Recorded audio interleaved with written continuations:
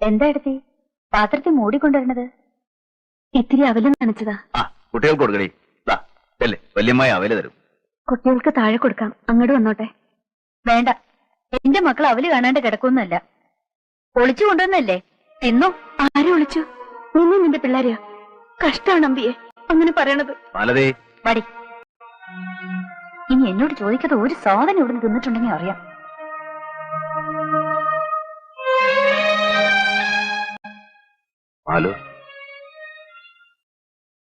സാരല്ലടി, അവളൊരു പൊട്ടിക്കാളി എന്നറിയില്ലേ നിനക്ക്? അവൾ അറിഞ്ഞു ഇത് നമ്മുടെ ഉച്ചൂണെന്ന്. നളിനിയോ? അവൾ അടുക്കളയിൽ ഇരുന്ന് കഴിക്കണം.